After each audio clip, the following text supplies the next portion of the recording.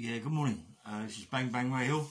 How we going? Do you like the hat? Yeah, man. I was down the boat yesterday, and my mate who owns the boat, he bought me an hat. You know what I mean? So I thought I'd wear it. It's a sailor's hat. Not that I'm a gay or anything like that. It's a bit nice, you know. It's nice, man. I love it. Anyway, yeah, good morning. Yeah, don't forget to like and subscribe. Let's go on, yeah. What it was, I've been trying to get hold of Matty, you know. I know I'm not getting involved in this fighting game between him and the other people, but I've been trying to get hold of Matty. I can't get hold of him. Fish phoned me up yesterday saying he can't get hold of Matty, and Matty's talking at the minute about other things and bits and pieces. I don't know if Matty still wants this fight. I'm trying to get to see the Matty training. Can't even see that. It's a no, I think. I don't know what it is.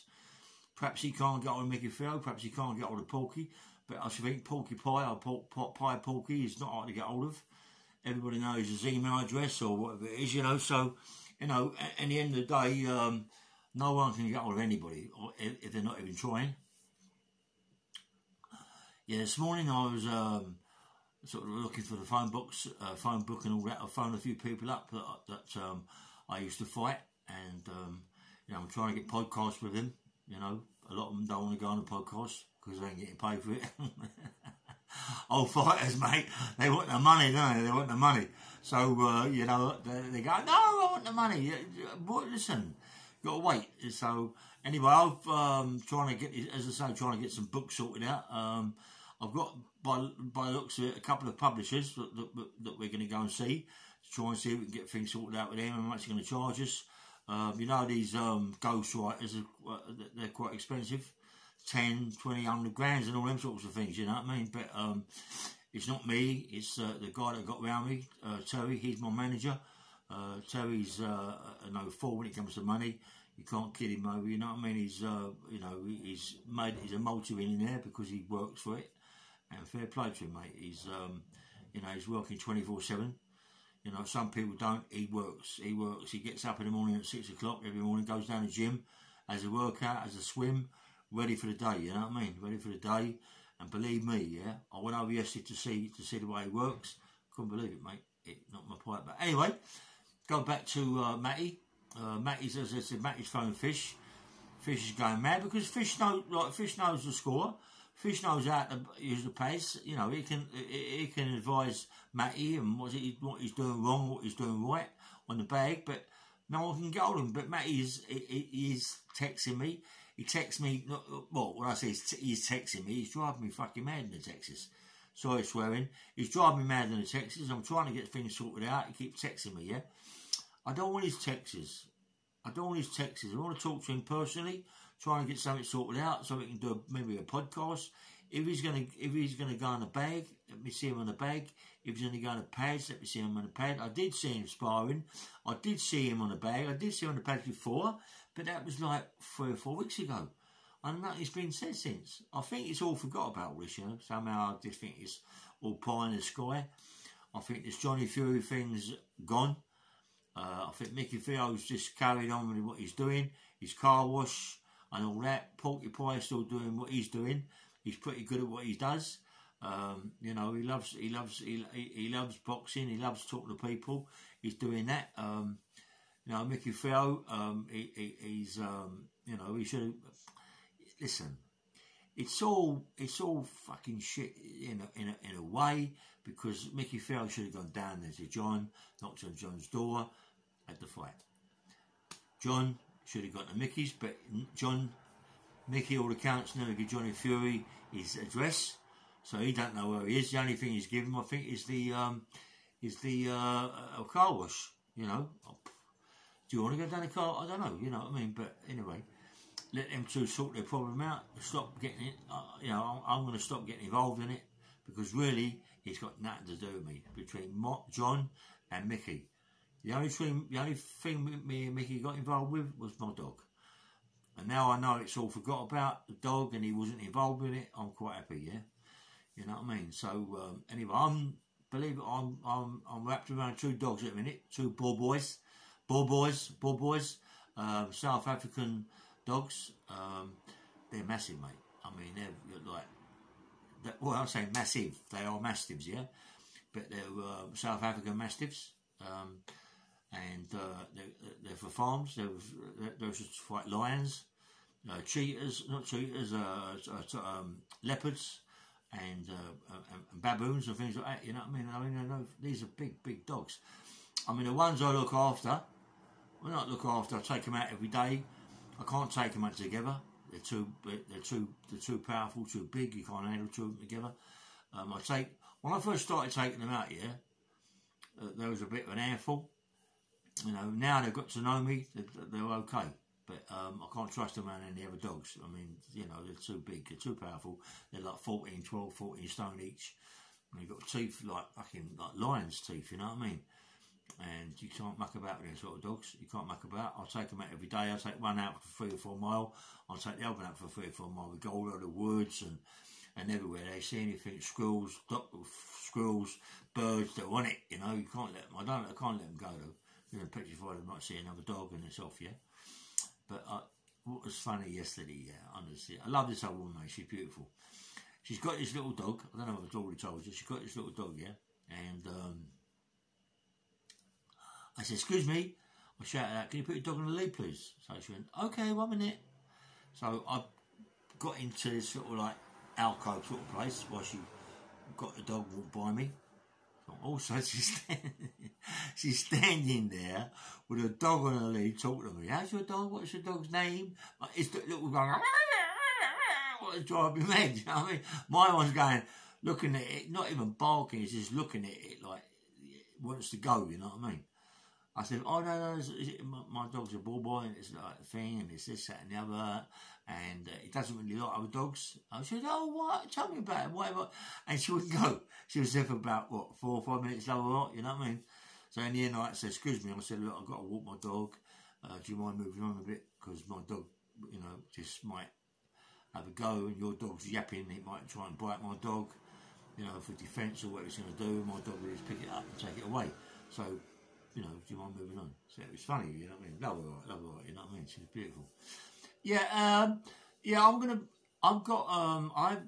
was on the phone this morning to my mate Kevin, not my mate, being in fault. I mean, what I was saying, remember years ago I was saying to you, like, most fighters don't really talk to each other, you know, especially at the same weight, don't really say, you know, anyway, but Kevin, me and, obviously we're too old for it now, me and Kev. But yeah, I got on the phone to Kevin Paddock, and you know, like it's going to happen. It's going to happen, and I'm going to interview Kevin about Lenny because he beat Lenny. He was just telling me that the first couple of 3 rounds with Lenny was quite hard because Lenny came out like a lunatic, but Lenny blew out. You know, Lenny was too big. He was on the roids. If he didn't do what he done in 2 or 3 rounds, it was all over for him. You know what I mean? That's the problem, being on them sort of roids, because what roids do is build muscle around the heart. And the heart can't fucking really pump. It goes mad for a little while and it takes it, and it's hard to fucking pump the blood and the oxygen. It's hard, you know what I mean? So therefore, you get out of breath, you can't do what you want to do, you can't fire a punch. It's very hard. Whether or not Micky Theo's on the roids still, because I've been told that you can take roids for the rest of your life. You know, you've got to be really careful. And being that Micky Theo knows about the roids, perhaps he's still taking them, I don't know. But Mick, be careful, mate. You know, we don't want to see you blow up in the ring and your heart blows up like a tomato. You know what I mean? Which you could do. So be careful. You know what I mean? Be careful. I don't want you to hear what I'm saying. All Sudden get frit, mate, and have a heart attack. You know what I mean? Behave yourself, yeah? So, I'm only joking. Yeah, yeah, you got to be a bit careful with the roids and all that, you know. And but he was just saying, Kevin, that with Lenny come out 2 or 3 rounds trying to knock him out. He said, mate, I thought Lenny could have a fight. He can't, mate. But he's gonna have an interview with me. It'll be quite a long interview about his life and all that. He's a nice fella, Kevin. You know, he's a big lump now. He's about 20 odd stone. He's a big lump, and I want people to see what it's all about. You know, for people to see that Kevin, me and Kevin had a row, had a fight, and it was a draw. 8 to 10 rounds. Kevin had a fight with Lenny. He beat Lenny. So you know, just letting people know that Lenny wasn't what people think he is. Do you know what I mean? Not, you know, Lenny was a hard man. I've got to say that, because he was in a street fighting game, unlicensed boxing, like we always, you know, and it like Vic Andretti and Frank Warren was his manager. Vic Andretti was his trainer. You know, and all they want to do is earn money. Everybody wants to earn money out of the game. You know what I mean? Lenny, they put Lenny forward all the time to fight people, 7 grand, 10 grand, 12 grand. He made me laugh, you know. He said, a couple of people asked, Warren's asked people to fight Lenny for 2s and 4s and 5 grands and 10 grands, yeah? And Lenny, when Kevin fought Lenny, he beat Lenny, he gave him 700 quid. He said, I told after that he was saying to people, I'd give you 7 grand, 10 grand to fight Lenny. He said, fucking sauce. He said, full sauce. He said, if I'd have known that, I wouldn't have fought him, you know what I mean? But I said, well done, Kev, you beat him, mate. You know, and, you know, Kevin's proper nice. His brother Sid, as I told you about before, was a proper guy, mate. One of these guys that train 24/7. He knew everything about a bag. He knew every fucking thing about a bag. He could punch them balls, mate, like I was going out of fashion. The speedball, he'd make it dance for him. Fantastic on a skipping rope. When he was shadowboxing in the ring, you thought he was fighting. I mean, the guy was brilliant. And he was sparring for 10 rounds, 5 rounds, 8 rounds with all his sparring partners. And he was very good, Sid, you know. It's a shame that Sid, you know, died through a car crash, took his leg off and he died after that, you know what I mean? I mean, come on, if you're someone that's keeping yourself fit all the time, never not stop training, always running, and always someone takes your leg, it's like taking your life, isn't it? Do you know what I mean? I feel sorry for these guys that are in the war. You know, the guy was Afghanistan or wherever they go over to, and they come back, they've got no legs, they've got no arms, and they come and just give up on them, push them aside, make them go on the street looking for a fucking house. And yet when whenever them people come over here from different countries, they give them properties, they give them a house, they give them whatever they want. They give them everything. They give them phones, they give them bus passes, they look after them, but our poor soldiers, they give them nothing. Why the public, why us public can't do something about that, I don't know. You know, it seems public, I tell you what it is with English people, yeah? English people look after themselves. They ain't bothered about anybody else. They look after themselves. Where the others, they don't. They look after the whole community. They look after each other. You know, a lot of the Indians come over here, what do? They all put their money together, they bought one house. 14, 20 people go in an house, all put their money together, they buy another house, then they buy a shop. This is how they go on. This is how they've moved on, you know. And what do English people do? They don't, not family orientated in that way, you know what I mean? They look after number one, they look after each other. The only person I've seen really is really family orientated is my mate Terry. He's got all his kids working for him. He's got them all in the fucking house. They're all got really nice places. He buys them anything they want for the homes. Do you know what I mean? He's like proper guy. He's a nice man. Do you know what I mean? And like me and him go back a long way. Even though I don't go back a long way with him, I go back a long way with his dad. He knows more about me than I know about me. You know, and that's nice. That's friendship. And every day we have a talk on the phone. A really nice guy. He ain't got nothing to prove. He lives in a fucking mansion. And he ain't bothered. He ain't bothered. He ain't bothered about living in a mansion. He don't care. He is what he is. He talks the way he talks. He don't put no airs and graces on. You know what I mean? He's a good man. Made me laugh yesterday, though. Made me laugh yesterday. He's funny, Terry. He's funny, so funny, yeah. I mean, any time I say to him, come and go for a walk, we'll take the dog out. I take the second one. When we do the second one, I'll come with you, right? I'll go back to the second one. He's never around. He hides, you know what I mean? He's gone. He hides, yeah. And when he sometimes gets to the top, oh my heart! Get out of that art game, you know what I mean? Get out, you got nothing wrong with your old fucker. You know what I mean? He's got short legs. He's about 5'4", 5'3". You know what I mean? He's got little legs. Morecambe and Wise, you know what I mean? I'm Morecambe. I'm Wise, he's Morecambe. Anyway, I'm Morecambe, he's Wise. Anyway, as I say, Matty, I can't get hold of him. I've been trying to fucking text him. He's not picking the phone up to me. Fish phoned me yesterday, just saying that he had a conversation with Matty. He can't make out what's going on. It seems to be no, what's the name there? There's no communication. I don't know what's going on. We all know at the end of the day that he ain't going to fight Theo. Theo is really not interested in Matty. He's only interested in one person, Johnny Fury. I mean, when you look back at it, I mean, I'll run Micky Theo down, Micky Theo's run me down, but in the end of the day, no fucking more apologies, no more apologies. It is what it is. But obviously, Johnny Fury shouldn't have said what he said to Micky Theo, that he could beat anybody over 54, whatever. And he's the better man. So, he's only challenged him, but he should have took the challenge where he said, okay, we'll do this and posters everywhere. He shouldn't have gone down all that game. That's ridiculous. That's quite childish. He should have gone down to his house and just knocked on the door and said, come on, John, me and you are now toe to toe out on the cobbles. I'm going to do a book, called Out on the Cobbles. Yeah, don't worry about that, mate. I'm going to do a book that'll open your eyes, You know what I mean? I've got stories that you wouldn't believe, Do you know what I mean? I've got fucking stories. I mean, my life has been about, I don't know if it's a gangsterism or villains or what it is, but I've always been, from the age of 15, 14, a little villain. Well, go and do silly things, hurt people, bash people up, because that was not what I was doing. I was very good at that as a kid, I mean, I wasn't frightened of no man. Going to the clubs, bouncers, fighting bouncers and all that. I wasn't afraid of that. I wasn't afraid of going and having fights and all that. That was what I used to do, and I was good at it, fighting. I was a good little fighter. You know what I mean?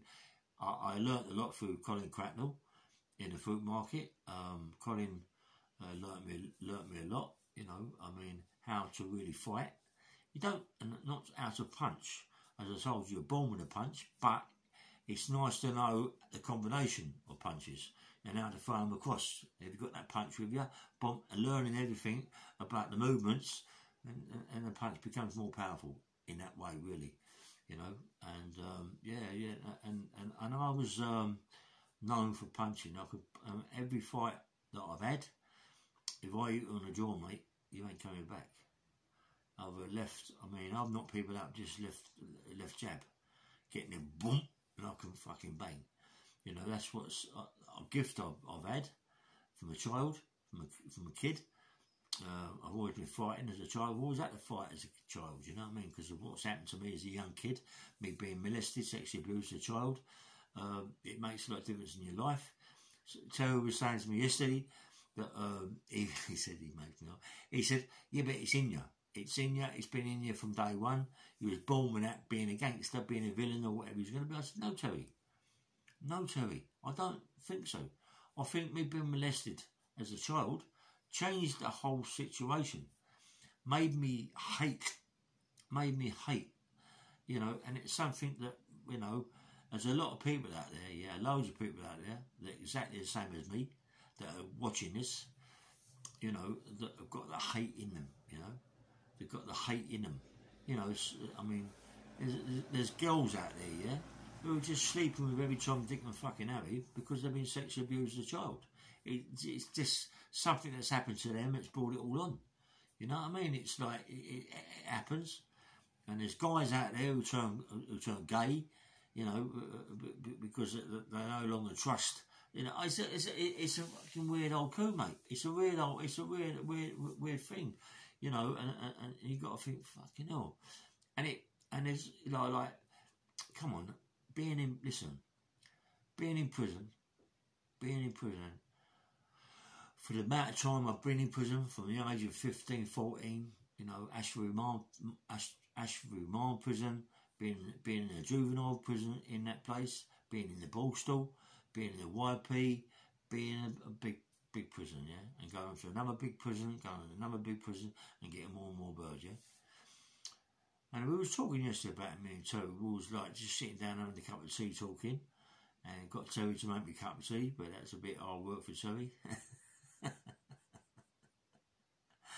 Listen, you can't be a multi-millionaire, yeah, and have 1, no tea bags, 2, no butter, 3, no sugar, 4, no milk.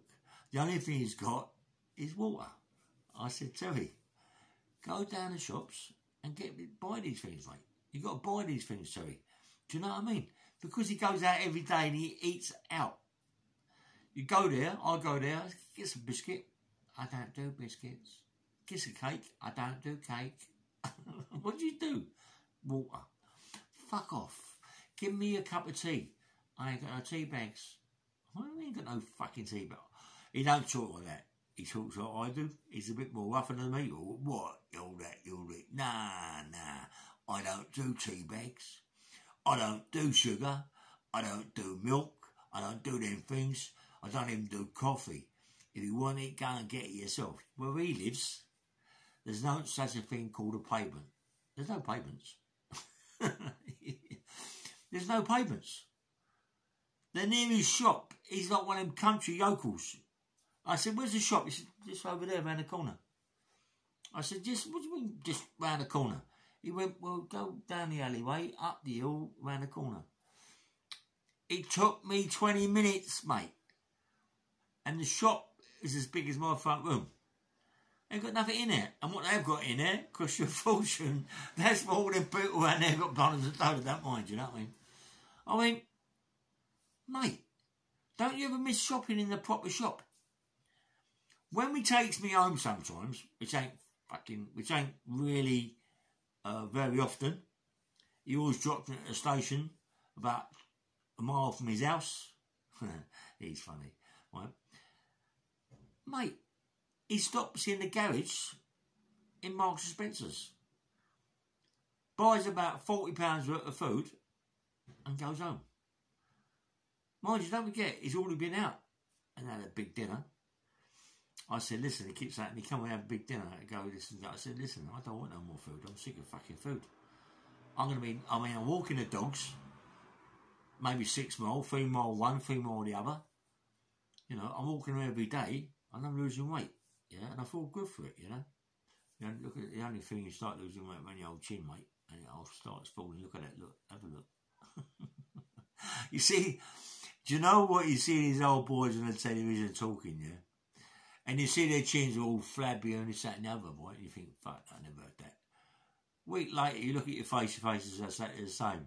You go, fuck, man. Exactly the same, you know what I mean? Listen, don't never knock people because you've got to look in the mirror later on, it's the same. Yeah, so, he goes to Marks and Spencer's. I made me like it the other day. He said, I'm going to Marks and Spencer's, coming before I drop you home, yeah? I went, okay. He said, what do you want? I went, chicken. He went, okay, come in with me, mate. I said, give me a chicken. He said, what? I said, a fucking whole chicken. He went, you have a lot. I said, no, I want a chicken.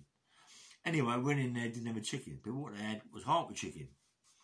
Half a chicken, salmon, eggs, cakes, this, that and the other.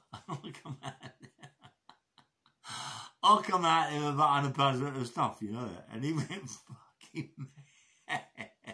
I walked out, I've got the bag. And once they put it all there, I've got the bag, walked out, left him with a bill. Do you know what I mean? He's so funny, mate. He's such a nice geezer, mate. You know what I mean? If anybody wanted a good friend, there's one there, mate. 100%. He's a proper fella. His other mate, Sid, and there's another mate called John, who works in the yard with him. It's a really nice guy. Big John. I've known him a long time in my life. Big guy. The guy could overfight, mate. do you know one of the ones who works on the doors? He can overwork well. You know what I mean? He's 60 odd years of age now, but he can still march on. He's still young in his old art, mate. You know, you get these people on the comments and all that, and go, listen, granddad, grow up, Go and take the kids to a cinema. Go and take the kids paddling. Do you know what I mean? Listen, if you give up, mate, before you know where you are, you're fucking on your last legs. You're on Zimmer frame. You're walking down the road and everyone's kicking the fucking Zimmer frame away. That ain't a bit of me. I'll keep going until the end. Do you know what I mean? And I'll keep fighting to the end. Yeah? Believe me, I'm not joking when I say this, yeah? I don't make excuses. People say to me, oh, way, me lungs, me this, me that, me tooth and all. Listen, let me tell you something. These lungs, yeah, right, are getting better by the day. Not better, it's getting easier. It's getting easier, right? In a minute, I'm going to start running. But I'm not on about, I mean, I can run, I run sometimes 3-4 miles, and it's hard. But I'm on about running like little bits, you know? Run for 100, 200 metres, stop, walk for 200 metres, run, yeah? That sort of thing. Can't get the oxygen because of your lungs. But in a minute I will. You know, once I can start doing that, getting my hair together, and then I become that 44-year-old man again. You got to remember, I've been in prison a long time in my life, so it goes backwards. Hopefully, cocoon. A cocoon. Everything's a cocoon. Listen, if you can go in prison, right, and remember your house as being green, when you go in prison, you think, my house is still green, because there's nothing to change that. So when you come out of prison, it's no longer fucking green. The things that happen is everything moves on in life, yeah? But you don't. You don't. If you go in prison, you've got to look after this heart. Look after your heart and mentally look after that, mate. Just look after them, so your heart and your head. Look after it. Don't let it get hold of you. Don't get in that fucking cocoon where you can't get out of it. Do you know what I mean? Don't. I never did. No matter about where you was, whatever your 1074s, being bashed to pieces, doing this, doing that, still come out on top. Still come out on top. We was only talking about yesterday, me and Theo. We was just saying, mate, I don't know how you cope with it, mate. No, I'm saying I don't know how to cope with it. You've got to remember, you know, that in them days, yeah, 1967, I think it was about 1974, 75, maybe, that come out of 1074 and was in Chelsea prison. You know what I mean? I mean, you think about all what you've gone through. Albany, you know what I mean? 1970 or 74, you know what I mean? 73, 74, and then going through all that rigmarole. It's not easy, mate. It's not easy being segregated 24/7. Bashed up 24/7 for fucking months and months, and being able to pull through that, you've got to be a powerful man, mate. And I am powerful, yeah. I am powerful, very powerful man. I don't know how I've done it. It's all mental, you know. It's all mental and heart, mate. Don't forget, I never cried. I never cried. I cried when it was finished, when it was over, and I went up in Chelmsford prison. I went about in the 70s, you know. And in prisons in them days, 70s was hard. You know, I remember going in prison in the 60s, and it was hard. You know what I mean? You know, prison people don't realise anyway. But anyway, look, it's time for me to get a train and a bus to see my mate. Take the dogs for a walk. But today we're going to have a bit of pie and mash. Pie and mash and eels. I love it, mate. We found this place that does pie, mash and eels. I only found it last week. Went in there, mate. These people are the nicest people going, mate. And the gear, the food is absolutely beautiful. The pies, I love them pies, mate. And the mashed potato, oh. And that liquor. And that, am I making you hungry? Yeah. And the liquor. Not a lot of people like eels, you know. Oh, they come out the Thames. Well, fuck me, mate. What? Because he comes out the Thames, that ain't no good? It ain't no good because he comes out the Thames? Is that what you're trying to say? Oh, they ran by the fucking, they ran by the sewers, they ate all the shit. Well, so the mackerel. So the mackerel eat a lot of shit. They love being around the sewers, all that shit that comes out. There's loads of fish eat our poo. You know what I mean? So it doesn't matter. It does. I love eels, mate. I love eels. I can eat eels till the cows come home, you know what I mean? Beautiful, I love eels, you know. Anyway, we're going to go for that today. I've got to take the dogs out after we had pie and eel mash. I'll have 2 pies, big mash, and about 10 eels. 10 portions, not portions, 10 portions, but 2 portions, yeah? And liquor. I'll let you know how it is. I'll take a picture of it and put it on Facebook. I don't know how to do all the editing on the phones, otherwise I'll do all that. I've got to get hold of Christian from KON TV. He's got the best editor ever. I'm trying to get him to do an edit for me when I see Kevin Paddock, because I want it to be nice with Kevin Paddock. You know what I mean? I want to show people what he is and what he was and what he is now. Do you know what I mean? And he beat Lenny. You listen, mate, let me tell you something. Anybody that's fought Lenny, I used to spar with Lenny. Anybody that's fought Lenny and beat him, believe me, he's a proper man, yeah? Lenny wasn't a cunt. We all know that. We all learn that. They made him someone, they made him a bit, publicised him a bit over the top, but that's what Frankie Warren does. It's about money with Frank. That's how he started, you know, doing that. Getting money, doing illegal fights. But that's Frank. Frank wants to forget that part of it. He don't want to know. He want to know that he used to do it. That's why you should watch the video called Box On about Frank. Anyway, like and subscribe to this channel. Obviously, it's going to be a really, really good podcast with Kevin Paddock. It's this Sunday or next Sunday, maybe in a week. I don't know, but it's going to happen. I only spoke to him not so long ago.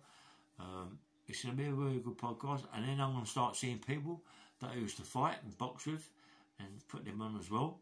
And I've got a big story coming up with Sean Atwood about my life, bit more on my life. The second part, it could be a third and a fourth part yet, you know what I mean? Because, you know, I think an hour and a half, 2 hours on the podcast is quite a long time. You're getting into the story, we all know that.